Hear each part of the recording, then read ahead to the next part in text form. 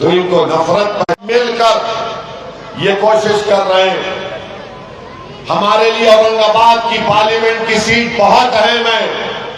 ये हमारी पहचान है, ये हमारी आवाज है, ये हमारे इतिहाद की निशानी है, ये हमारे बुजुर्गों की कुर्बानियों की निशानी है, ये हमारे माँ और बहनों की दुआओं का नतीजा है, ये हमारे नौजवानों की खून पसीने की कमाई है। ये सब मिलकर हमसे छीनना चाहते हैं। सीट के साथ साथ हमारी इज्जत छीनना चाहते हैं। हमारे इज्जत नफ्स को ललकार है कि जो लोग करा रहे हैं, आप क्या करेंगे? आप इनके खिलाफ एक शीशा पिलाई हुई दीवार बनकर इनसे कहेंगे औरंगाबाद हमारा था और औरंगाबाद हमारा रहेगा। यहां पर हमारा परचम लहराएगा, किसी और सियासी पार्टी का परचम हम लहराने नहीं देंगे औरंगाबाद। आप देखिए, खैरे है 20 साल 21 साल औरंगाबाद के एमपी थे। क्या वो नहीं बोलते थे खान बान? नहीं बोलता था खैरे खान और बान की बात? क्या खैरे नहीं बोलता था कि मैं हिंदुत्व आइडियोलॉजी का मानने वाला हूं? आज 5 साल पहले आपने इत्तेहाद को मजबूत किया।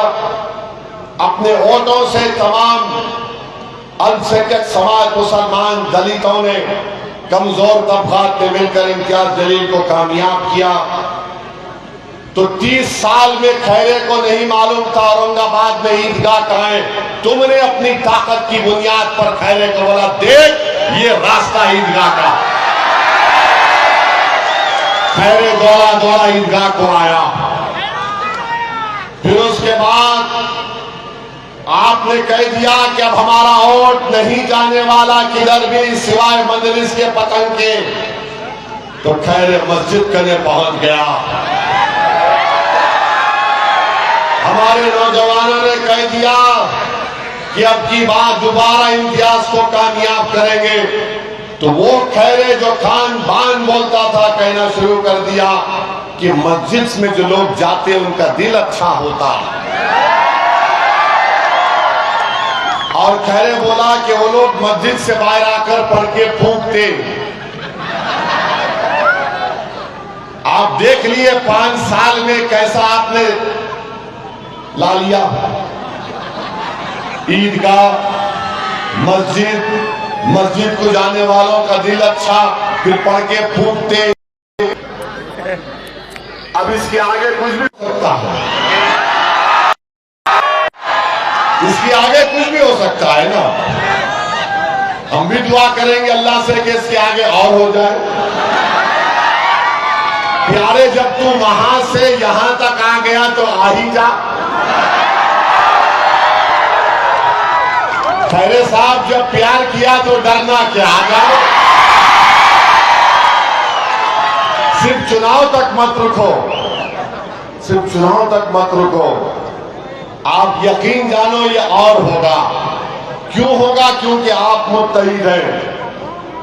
उद्धव ठाकरे जान चुके कि अब औरंगाबाद में किसी की रोटी सेकने वाली नहीं है, किसी की रोटी चलेगी नहीं। यहां पर सब जान चुके हैं, मगर सब मिलकर यही कोशिश कर रहे हैं कि इम्तियाज जलील की कामयाबी को रोक दिया जाए। हमारे लिए औरंगाबाद की पार्लियामेंट की सीट बहुत अहम है। और लोग कहते हैं कि नहीं, अगर हुकूमत बनाना है, अरे तुम मोदी को हटाने की बात कर रहे हो। अगर देश की जनता नरेंद्र मोदी के खिलाफ फैसला देगी और किसी और को वजीर आजम बनाने की बात आएगी, तो लिख के रख लो मेरी इस बात को। असदुद्दीन ओवैसी, इम्तियाज जलील और अख्तरुल ईमान, जो कोई भी वजीर आजम नया बनेगा, सबसे पहले हम कहेंगे कि हम इसका साथ देंगे इंशाअल्लाह। मगर इसका ये मतलब नहीं है कि मैं अपने घर को जला दूंगा और तुम्हारे महल में रोशनी कर दूंगा। मैं अपने घर की हिफाजत करूंगा, मैं अपने घर की दीवारों को मजबूत करूंगा। ये हरगिज नहीं हो सकता कि मैं मिट जाऊं और तुम जिंदा रहो। ये होता होगा 30 साल पहले, मगर अब हम मिटने को तैयार नहीं है। हम अपनी कुर्बानियां देंगे तो अपने लिए देंगे, दलितों के लिए देंगे, दंगर समाज के लिए देंगे। तुम्हारे जैसे हुक्मरानों के लिए हम बहुत दे चुके। हमारे दादा ने दी, हमारे वालिद ने दी, 4-4 नस्लों ने दी, मगर तुमने हमारी तकलीफ को समझा नहीं। मेरे अजीज दोस्तों और बुजुर्गों, इन बातों पर आपको गहराई से सोचना है। दूसरा, शिवसेना के कैंडिडेट हैं, उनका नाम क्या है? भूमरे।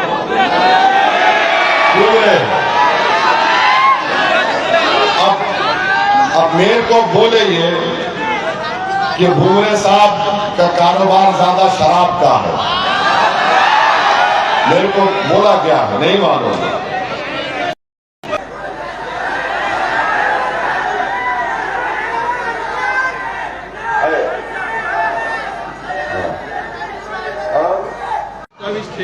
अच्छा,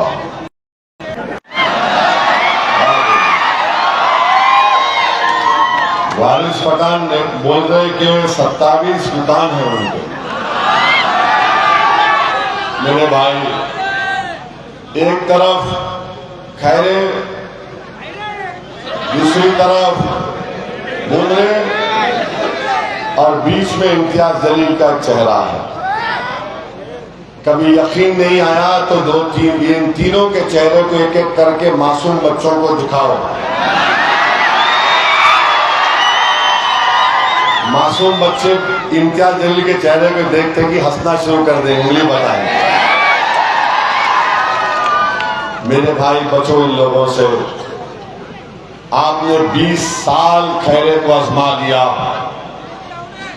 5 साल का वक्फा इम्तियाज जलील को मिला, जिसमें से 1.5 साल तो कोविड की नजर हो गए, मगर उसके बावजूद भी इम्तियाज जलील ने औरंगाबाद की तरक्की के लिए, औरंगाबाद के डेवलपमेंट के लिए, औरंगाबाद के बेरोजगार नौजवानों को रोजगार दिलाने के लिए जॉब फेयर किए। 15,000 नौजवानों को रोजगार से उनको जोड़ा। औरंगाबाद में पीने के पानी का लाइन का इंतजाम इम्तियाज जलील ने शुरू करवाया। बीजेपी की हुकूमत से जितना इम्तियाज जलील लड़ा कि गरीबों को घर मिलना चाहिए, कहां है स्कीम? तुम सिर्फ फाउंडेशन डाल दिए। और एक बात सुनो, आप जानते हैं कि गाजा फलस्तीन में 35,000 लोगों को जालिम इजराइलियों ने मार दिया।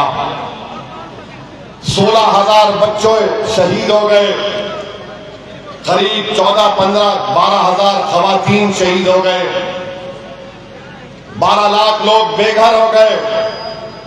पूरी पार्लियामेंट में अगर किसी ने फलस्तीनी और गाजा के लोगों के इंसाफ की बात की और भारत सरकार से मुतालबा किया कि फौरन सीज फायर कराइए और गाजा के फलस्तीनियों को इमदाद पहुंचाइए, उसका नाम इम्तियाज जलील था। क्या खैरे बोलेगा फलस्तीनियों के बारे में? क्या भूमरे बोलेगा? इम्तियाज जलील बोले। पार्लियामेंट का यूट्यूब में देख लो आप, रिकॉर्ड है। इम्तियाज जलील ने मुतालबा किया तो मौजूदा फाइनेंस मिनिस्टर निर्मला सीतारामन ने बड़ी सख्त एतराज किया और कहा कि किस बुनियाद पर आप यहां पर जिक्र कर रहे हैं गाजा के फलस्तीनियों का। तो इम्तियाज जलील ने कहा कि हम शुरू से फलस्तीनियों की तारीफ करते हैं। महात्मा गांधी ने यह कहा, इन तमाम कायदीन ने यह कहा, यह इंसानियत का कत्ल हो रहा है गाजा में। मेरे भाई, आपकी आवाज पार्लियामेंट में होनी चाहिए। ये लोग क्या क्या नहीं किए। अच्छा, खैरे से कहना चाह रहा हूं, खैरे नहीं, वो नाम नहीं, बाद में, वो होने के बाद में। उससे पहले कैसा बोलेंगे? नहीं बोल सकते ना। वो ज़ाब्ते की कार्रवाई मुकम्मल पूरा फिर बोले। अब आप सुनिए, अभी वो मस्जिद तक आ गए। आके बोल रहे पढ़ के फूकते, दिल साफ रहता। खैरे साहब ये बोलो 6 दिसंबर को गलत हुआ या सही हुआ बोल दो हमको। 6 दिसंबर 1992 को खैरे बोल दो सही हुआ गलत हुआ, आप बोलो ना। आप नहीं, आपको मालूम है, उनको पूछ लो। वो बोले ना मस्जिद में जाते दिल अच्छा रहता, वही मस्जिद को 6 दिसंबर को क्या किए थे बोलो आप। अब हमारे दुश्मन बोलेंगे देखो असदुद्दीन ओवैसी पुरानी बात निकाल रहा है, 32 साल पुरानी बात। याद रखो अगर तुम 1528 की बात निकालोगे तो मैं बाबा आदम से जिक्र शुरू करूंगा इंशाअल्लाह।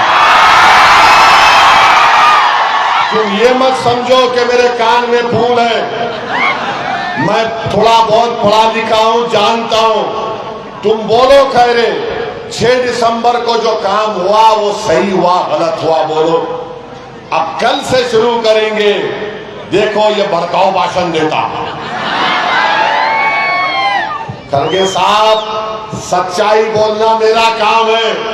अगर तुम ये समझ रहे कि मुझ पर भी कुछ पढ़ के फूकेंगे, फूकने वालों का असर कुछ नहीं होता मेरे पे। मेरे पास आयतल कुर्सी है, मेरे पास सूरे मुल्क है, यासीन है। मैं पढ़ के फूक दिया तो कुछ हो गया तो नहीं मालूम।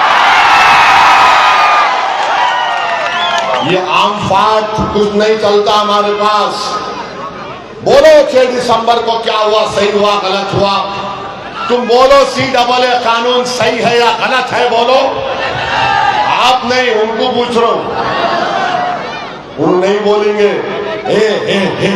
हाँ ऐसी बोलेंगे हे क्या ऊपर दे ऊपर दे। तेरे को 20 साल ऊपर रखे, तूने ऊपर रह के क्या किया, सबको बर्बाद किया। अब आज खैरे बोल रहे मेरा आखिरी इलेक्शन, तेरा आखिरी इलेक्शन 2019 में इम्तियाज खत्म कर दिया। खैरे का दी एंड हो, सियासी कैरियर का दी एंड हो चुका है। आपको एक हरकियाती आदमी की जरूरत है। मुझे बता रहे थे कि खैरे जब चल रहे थे एक आदमी पकड़ के हाथ पकड़ के चल रहे, उसका कैसा होगा। अच्छा ये बताइए मराठा रिजर्वेशन की बात कितने मर्तबा उद्धव ठाकरे की शिवसेना ने पार्लियामेंट में की, सबसे ज्यादा इम्तियाज जलील ने की। जरांगे पाटिल साहब का नाम अगर पार्लियामेंट में कोई लिया तो उसका नाम इम्तियाज जलील। बोलो, कुछ नहीं बोलेंगे। दंगरों का रिजर्वेशन आया तो इम्तियाज जलील ने पूरी तारीख बयान कर दी दंगर समाज की। ये काम मजलिस ने किया। अच्छा खैरे साहब तुम ये बोलो, चलो और एक बात, उद्धव ठाकरे तुम बोलो। खैरे तो नहीं बोलेगा, बोलेगा फूक देंगे। उद्धव ठाकरे बोलो कि महाराष्ट्र में जो मुस्लिम रिजर्वेशन मुसलमानों को नहीं, मुसलमानों में जो बरादरियों को मिलना चाहिए नहीं मिलना चाहिए बोलो। अरे पूछो ना जी, तुम उनसे पूछो ना, खाली वोट दो वोट दो वोट दो। अरे कितना देंगे तुम्हारे को, मगर हमारी चीजें जिससे वाबस्ता है उसके ऊपर बात ही नहीं करेंगे। इम्तियाज जलील ने औरंगाबाद में 200 करोड़ का दवाखाना बना रहा है हाई कोर्ट जाकर, 20 साल में खैरे ने कुछ नहीं किया। शिवसेना की सरकार है, शिंदे मुख्यमंत्री है, इम्तियाज जलील कोर्ट को गए तो 200 करोड़ का दवाखाना बन रहा है। ये काम 5 साल में इम्तियाज जलील ने किया। अगर और 5 साल इंशाअल्लाह आप और अल्लाह सुब्हाना व तआला आपके जरिए से दे देगा तो मुझे यकीन है कि औरंगाबाद की पार्लियामेंट की कॉन्स्टिट्यूंसी में बहुत तरक्की होगी, बहुत से काम होंगे और हर समाज को फायदा होगा। इम्तियाज जलील और एमआईएम पार्टी ये नहीं बोलती कि इनका ही काम करेंगे, सबका काम इम्तियाज जलील ने किया, एमआईएम पार्टी ने किया।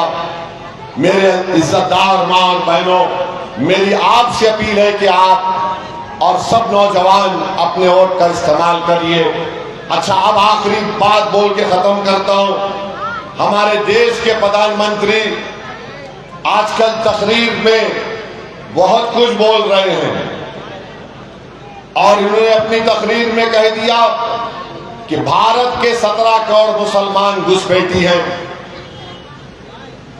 मुस्लिम खवातीन ज्यादा बच्चे पैदा करती हैं और हिंदू बहनों के गले से मंगलसूत्र छीन कर मुसलमानों को दिया जाएगा, ये प्रधानमंत्री ने कहा।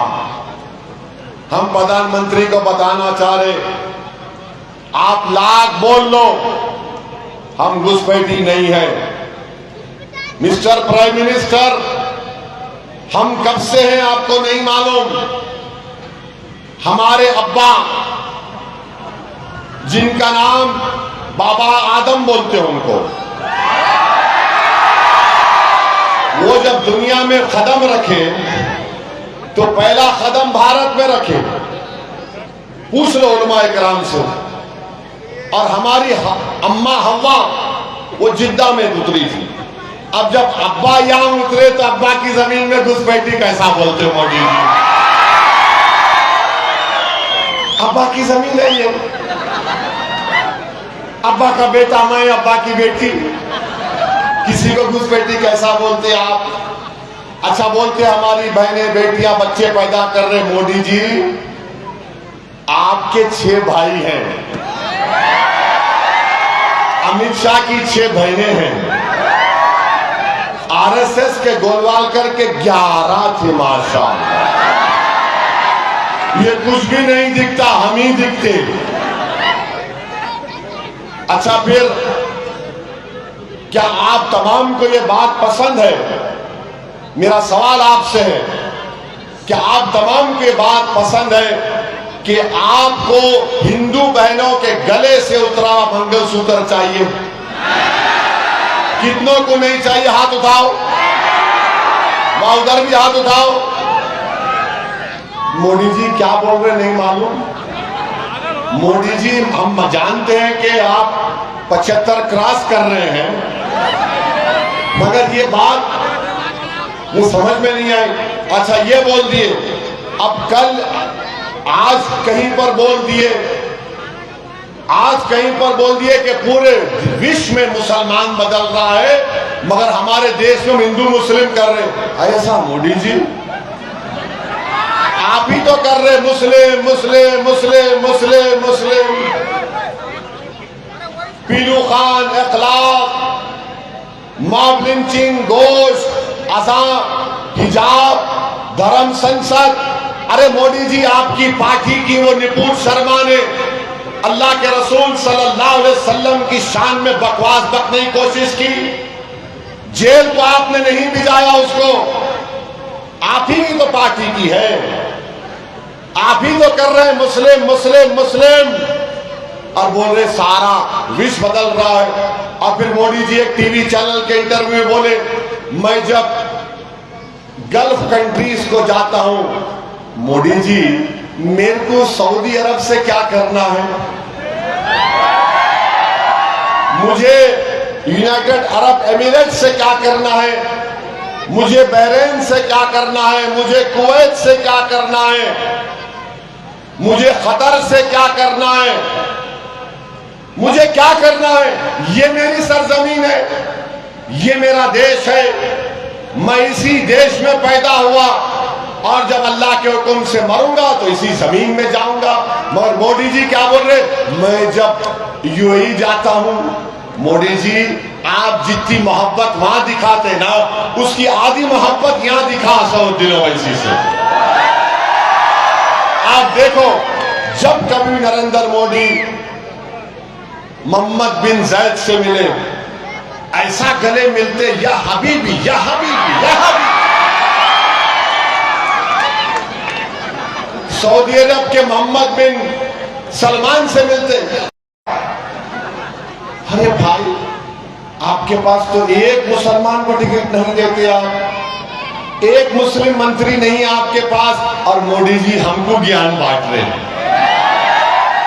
पूरी दुनिया बदल रही है और हमारे देश में हिंदू ही तो करते हैं, आप ही तो करते हैं, आप ही तो शुरू किया ये सब। आप ही तो तारीख में चले जाते हैं। 1500 की बात कौन करता है, 47 की बात आप करते हैं। और आज आप मोदी जी आज ये बोल दिए कि ताले लगा दिए जाएंगे। मोदी जी 86 में ताले आप और कांग्रेस ने खोले थे, आपने खोले थे, कांग्रेस ने खोला था। और ये 400 पार का जो नारा मोदी का है, बार बार मोदी बोलते अब की बार 400 पार। हमारे दलित भाइयों को फिर से कह रहा हूं, जो संविधान बाबा साहेब अम्बेडकर ने बनाया, उस संविधान से मोहब्बत करने वालों से कह रहा हूं, जिसको मैं भी शामिल हूं, अगर मोदी 400 पार की बात कर रहे हैं तो संविधान को बदलना चाहेंगे, दलितों का आरक्षण खत्म करेंगे, ओबीसी का आरक्षण खत्म करेंगे। और अगर कोई बोलेगा ओवैसी तुम झूठ बोल रहे हो, आज जाकर देखो आप, राजस्थान की बीजेपी की डिप्टी चीफ मिनिस्टर है, खातून है, उसने कह दिया कि हां जब 400 मिलेंगे तो हम सब तब्दील कर देंगे। तो हमारे दलित भाइयों से मैं कह रहा हूं, जो बाबा साहेब अम्बेडकर के संविधान से मोहब्बत करने वालों से कह रहा हूं, 400 पार अगर मोदी बात कर रहे हैं तो संविधान को खत्म करने की बात कर रहे हैं नरेंद्र मोदी। तो इसलिए संविधान को बचाना है और इम्तियाज जलील को औरंगाबाद से कामयाब करना है। और मैं तमाम हमारे दलित भाइयों से हाथ जोड़ के अपील कर रहा हूं कि भाई इस संविधान को बचाने के लिए अगर कोई खड़े होगा तो उसका नाम इम्तियाज जलील, असदुद्दीन ओवैसी और अख्तर अली मान होगा इंशाअल्लाह। तो मेरे अजीज दोस्त